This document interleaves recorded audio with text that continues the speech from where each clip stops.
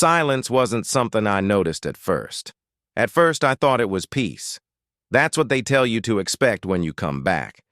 Peace, calm, normal life. But peace doesn't feel like this. This kind of silence presses down on you. It fills rooms. It sits next to you when you're alone. It follows you even when you close your eyes. On the battlefield, silence is rare. And when it appears, it means danger. You learn that quickly. Too quickly. Out there, every sound keeps you alive. A snapped branch. A breath that doesn't belong to you. The soft click of metal against metal. Here, there's nothing. No warning sounds, no signals. Just quiet. And quiet is where the memories get loud. I'm telling you this because you need to understand something before I go any further. This story doesn't begin with revenge.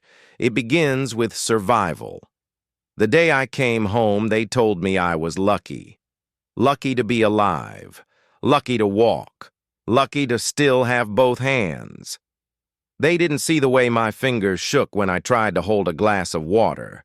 They didn't hear the noise in my head when a door closed too hard. They didn't ask what I saw. They never do. I stood there in my uniform while they spoke, while they smiled, while they thanked me. And all I could think about was the weight. Not the weight of the gear, not the weight of the rifle, the weight of the people who didn't come back with me. 6 of us crossed that border. 3 returned. Numbers look clean on paper. They never show the blood. That night I couldn't sleep. I lay on my back, staring at the ceiling, counting cracks like they were distances, measuring exits, planning routes. Habit. I reached for my weapon before remembering it wasn't there. That was the first time I realized the war hadn't ended. It had just moved. Before the mission, my life was simple. Not easy. Just simple. I had an apartment that smelled like old wood and cheap detergent, a kitchen table that leaned slightly to the left, a window that never quite closed all the way. And I had her. She used to sit on the edge of the couch and watch me clean my gear, pretending not to worry. She was never good at hiding it. The night before I left, she didn't say much. She watched me lace my boots. Slow. Careful. Like time might break if she rushed it. When I stood up, she stepped closer. "Just come back," she said. No drama. No tears. Just a request. I told her I would. I believed it when I said it. That's the thing about promises. You only control your half. The briefing room was cold. Too bright. Maps on the wall. Faces around the table. Men who trusted each other with their lives. We were told the mission was clean, quick, controlled, unofficial. That word should have bothered me more than it did. Unofficial means no paperwork, no acknowledgement, no consequences for the people who give the orders. But we were soldiers. We followed. Our commander stood at the front of the room, calm, confident, certain. He'd led us before, brought us back before. I trusted him, all of us did. Trust is dangerous in places like that. We moved just after midnight. The air was cold enough to sting. Night vision turned the world into shadows and shapes. Every step was measured, every breath controlled. I remember thinking how quiet it was. Too quiet. We reached the position exactly when we were supposed to. The intel said 3 targets, 3 heat signatures. We saw them. Everything matched. Then the order came through the comms. A slight change, a small adjustment. Wrong. At the time, I didn't know why my stomach tightened. Instinct, maybe, or experience. We moved anyway. That's when the night exploded. Gunfire ripped through the darkness. Not wild, not panicked, controlled. They knew exactly where we were. The first man went down before he had time to react. The second screamed when he hit the ground. I remember the sound of that scream. I don't remember my own voice. We returned fire, called for support. Nothing. Extraction? Nothing. The exit route lit up like it had been waiting for us. That's when the truth settled in. Heavy. Cold. This wasn't a mistake. We weren't ambushed. We were delivered. I don't remember how long the firefight lasted. Time breaks in moments like that. I remember dragging one of my teammates behind cover. I remember the smell of burned metal. I remember thinking we were already dead. 3 of us managed to pull out, crawled, bled. Left pieces of ourselves behind, the others stayed there forever. Back home, they called us heroes. They handed out medals. They shook hands. They buried the rest. The report said unexpected contact. Clean words. Empty words. I lay in a hospital bed when I saw the file. Someone had placed it on the table next to me, probably assuming I wouldn't wake up. Inside were numbers, names, transfers, and a signature. His signature. My commander. That was the moment revenge entered the room. Not as anger, as clarity. Because when you realize your life was sold, you don't ask why. You ask how much. After I left the hospital, people expected me to recover. That word always bothered me. Recover. As if what was taken could simply grow back. They told me to rest. They told me to be patient. They told me the system would take care of it. I wanted to believe them. I really did. Because believing meant I wouldn't have to do anything else. The first report I filed felt official, clean, measured, dates, times, coordinates. I removed emotion like it was a liability. I described movements, orders, failures. I didn't write about the scream. I didn't write about the smell. I handed it in and waited. Weeks passed. No response. So I filed another. Then another. Every time the same words came back to me. Under review. Those words are a wall. They don't say yes.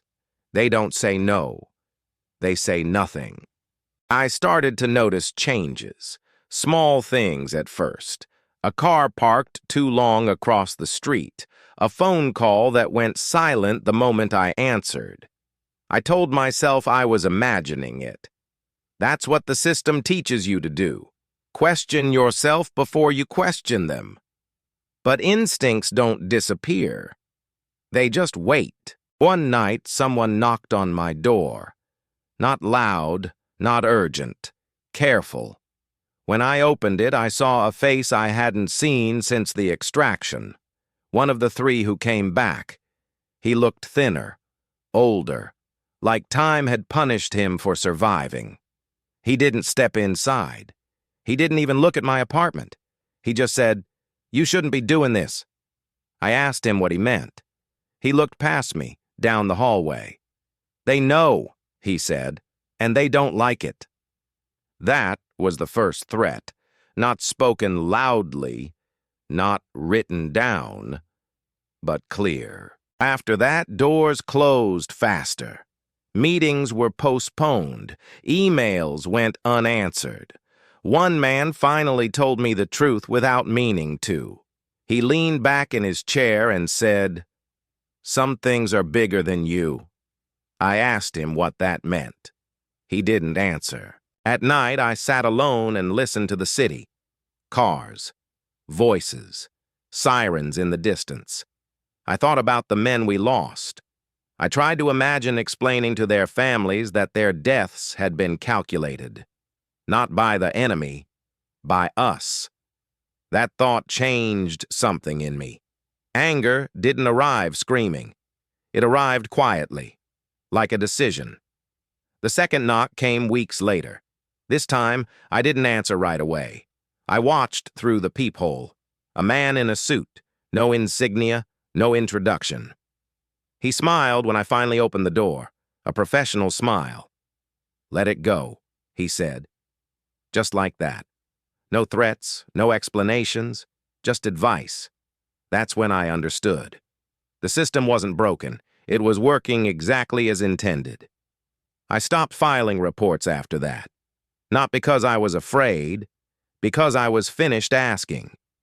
When justice refuses to come to you, you have two options. You can forget, or you can remember everything. I chose the second. That's when the hunt began. Not with weapons, with patience. I went back through everything, every detail I had ignored, every moment that hadn't made sense. Patterns started to appear, meetings that never showed up on schedules. Transfers made just days before the mission. The deeper I looked, the quieter the world around me became. Friends stopped calling, even she. She noticed the distance before I did. "You're not here anymore," she said one night. She was right. I was already somewhere else. I didn't tell her what I was doing. Because once you say it out loud, it becomes real. And real things can be taken from you. I kept my life small, routine, predictable. While underneath it, something else was forming. Not rage, resolve. I finally understood something important. Revenge doesn't begin with violence. It begins with clarity. And I had never seen more clearly. Once I stopped asking permission, things became clearer. Not easier, clearer. I learned something important during my years in uniform. If you want to understand a battlefield, you don't look at the gunfire. You look at the supply lines. War is fed. So is betrayal. I started with money. Not because I cared about it, because money leaves tracks. Transfers don't bleed. They don't scream. But they remember. I spent nights in front of a screen, the glow cutting my apartment into sharp angles. Coffee went cold. Days blurred together. I followed shell companies that led nowhere, then somewhere. Patterns emerged, always just before deployments, always routed through the same intermediaries, and always ending in accounts protected by names I didn't recognize. At first, the commander kept his distance, public events, carefully staged appearances, speeches about honor and sacrifice. He spoke about fallen soldiers like they were currency. I watched him from the crowd once. He stood tall, confident, untouchable. The man who sold us had learned how to mourn publicly. I didn't approach him. That would have been too fast, too loud. Instead, I approached the people around him. Drivers, assistants, men who believed they were invisible. Everyone thinks they are until someone notices. I listened more than I spoke. I asked questions that sounded harmless.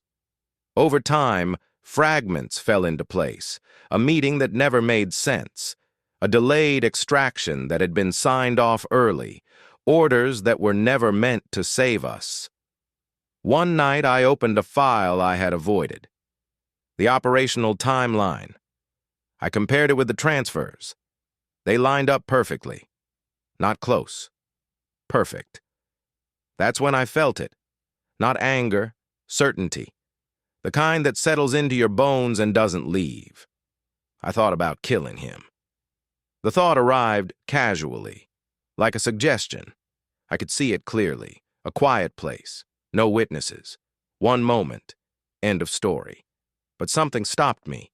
Not fear. Understanding. Death would be too quick. Too merciful. And worse. It would make him a mystery. I wanted him known. Not as a monster. As a man who made choices. So I kept digging. The deeper I went, the lonelier it became. People don't like truth when it threatens comfort. Friends stop returning messages. Even she started sleeping with her back turned.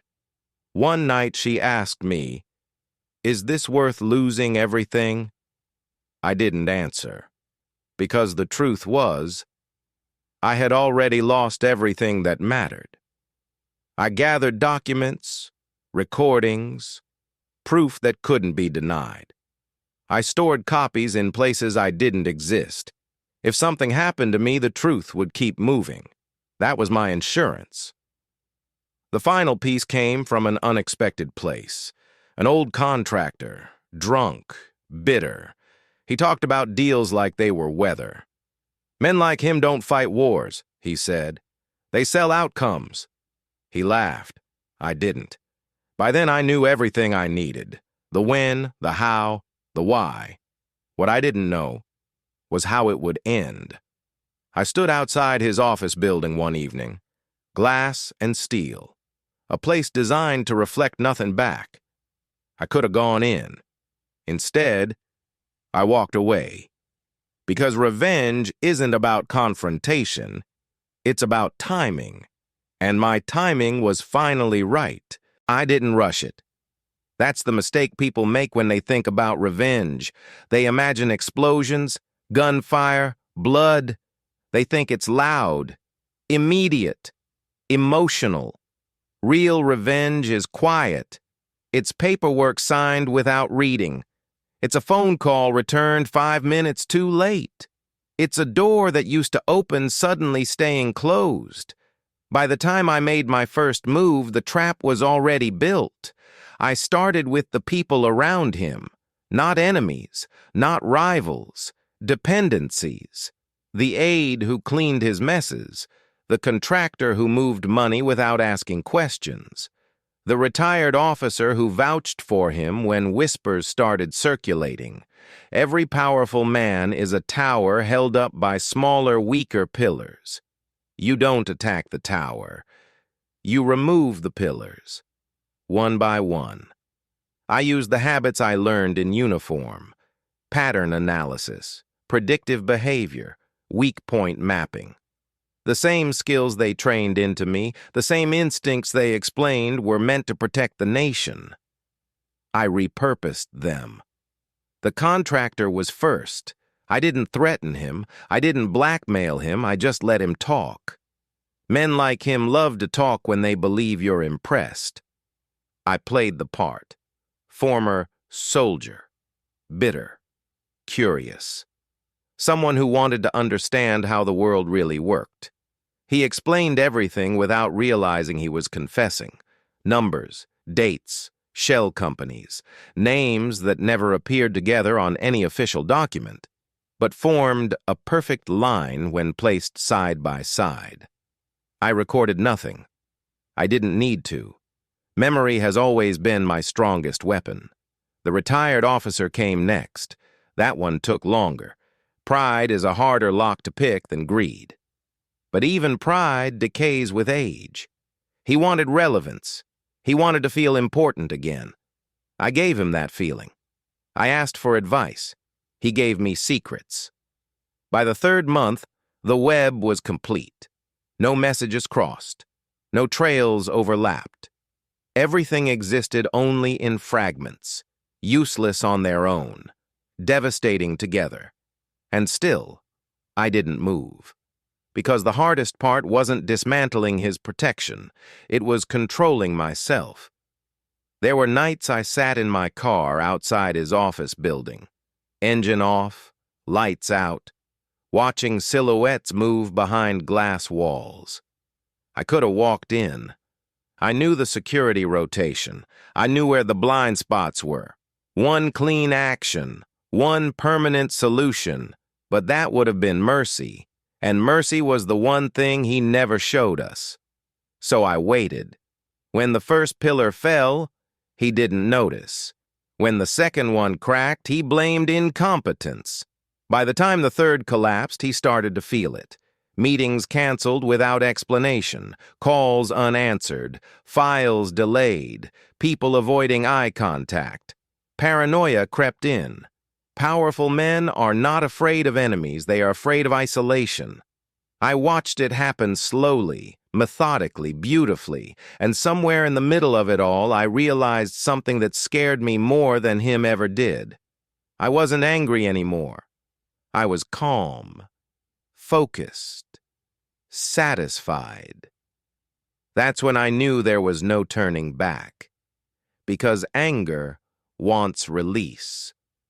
Calm wants completion. And I was nowhere near finished. The last move didn't look like revenge. It looked like coincidence. That was important to me. By then, he was already bleeding power, quietly, invisibly. The kind of bleeding you only notice when the room starts spinning and you can't remember when it began. The contractor disappeared first, not physically, financially. Accounts frozen, partners distancing themselves. A rumor, carefully placed, suggesting he had become a liability. No one defended him. The retired officer followed, a routine audit, a polite inquiry, old commendations re-examined under new light. His name stopped opening doors. It started closing them. And the man at the center of it all, he felt it before he understood it. Men like him always do. He began making mistakes, small ones, rushed decisions, harsh words to the wrong people. Power makes you sloppy when it slips. I didn't need to touch him. I let the system do what it pretends it always does. The file I assembled never existed in one place. It arrived in fragments from different directions carried by different hands. Whistleblowers who didn't know each other. Documents that couldn't be traced back to a single source. Patterns that only made sense when viewed together. By the time his name surfaced publicly, it was already over. He resigned. That word looks clean on paper. In reality, it meant exile. No allies, no protection, no legacy. Just a man sitting alone in rooms that used to rise when he entered them. I saw him once after that. Not up close. From across a street. He looked smaller, not weaker, emptier. And for a moment, a dangerous thought crossed my mind. Was this enough? I waited for satisfaction, for triumph, for that cinematic release everyone promises revenge will bring. It never came. What came instead was something colder. Understanding. Revenge doesn't give back what was taken. It only takes something else from you. I had become precise, patient, efficient. I had also become distant, quiet, unreachable. The man I was before didn't survive the mission. Neither did the man I hunted. We both disappeared, just in different ways. I still wake up early. I still scan rooms when I enter them. Old habits don't die. But when people ask me now what happened back then, I don't tell them about him. I tell them this. Justice is loud. Revenge is silent. And silence changes you forever.